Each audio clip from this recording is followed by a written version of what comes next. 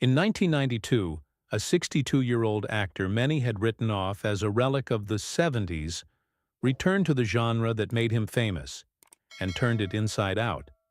He didn't just make a Western, he buried it. And from its ashes rose Unforgiven, a film that won 4 Academy Awards, redefined a legend's legacy, and forced America to confront the myth it had built around violence, heroism, and the Old West.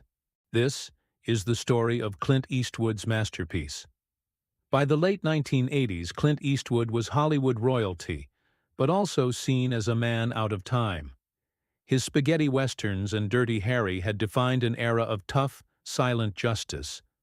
But the world had moved on. Yet Eastwood had carried a script for over a decade, one that haunted him. Written by David Webb Peoples, Blade Runner, it was called The William Money Killings, later renamed Unforgiven. It wasn't a hero's tale. It was a confession. Eastwood waited to make it, not until he was old enough to understand regret.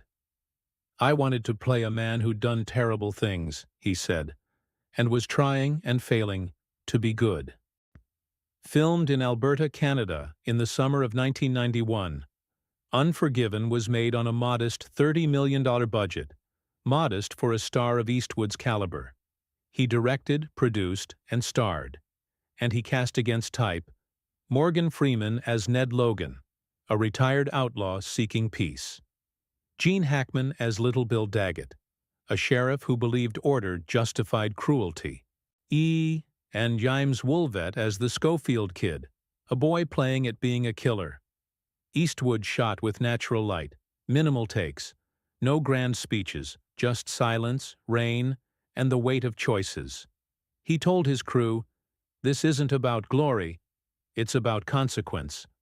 She was a beautiful woman, and she hated what I was." Unforgiven opens not with a duel, but with a crime. 2 cowboys slash a prostitute's face. The town shrugs. But the women take justice into their own hands, offering a bounty. And that's when the killers come crawling out of the mud. Eastwood stripped the Western of its romance. No white hats. No noble gunfights. Just scared men, broken promises, and blood that never washes off. As critic Roger Ebert wrote, "Unforgiven is about the cost of killing, not the thrill." When Unforgiven premiered in August 1992, critics hailed it as a masterpiece, but few expected it to dominate the Oscars. Yet in March 1993, it won Best Picture, Best Director for Eastwood, Best Supporting Actor for Hackman, and Best Film Editing.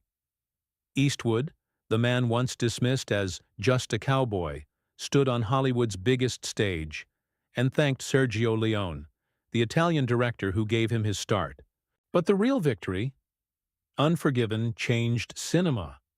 It paved the way for morally complex films like No Country for Old Men, The Revenant, even Logan. And for Eastwood, it proved he wasn't just a star. He was an artist. Today, in an age of superhero myths and digital spectacle, Unforgiven feels more relevant than ever. It asks, what do we glorify? Who do we call a hero? And what happens when the legend meets the truth? Eastwood, now 95, has said Unforgiven was his final Western. Not because he ran out of stories, but because this one said it all. Clint Eastwood didn't just make a great film. He gave us a mirror, and in that reflection we see not cowboys or outlaws, but ourselves. If you were moved by this story, hit like, subscribe, and ring the bell for more deep dives from Buzz of Legends. Because legends aren't just remembered, they're understood.